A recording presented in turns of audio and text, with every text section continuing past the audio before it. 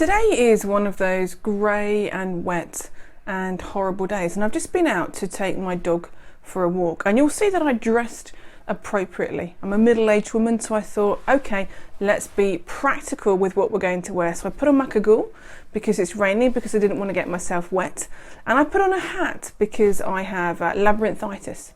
It's an inner ear condition and it hates the rain, it hates any wet. So I thought, come on Cath, let's be sensible, let's take the dog out for a walk and let's dress appropriately.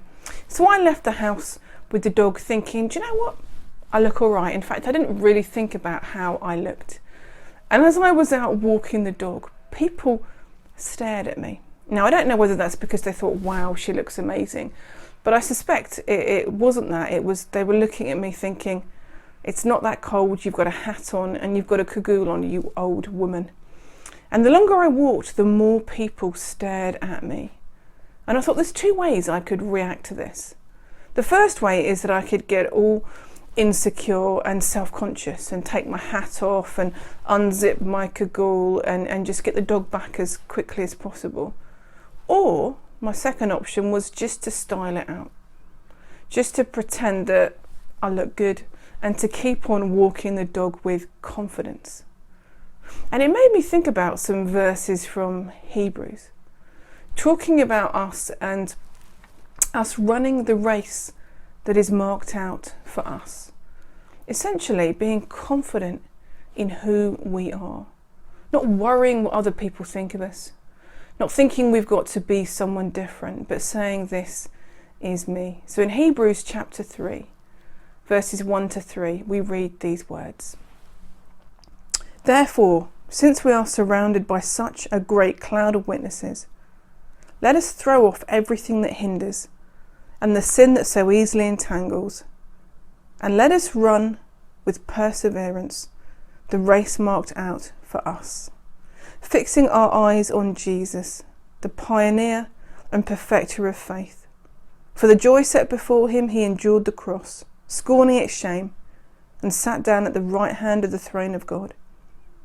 Consider him who endured such opposition from sinners, so that you will not grow weary and lose heart.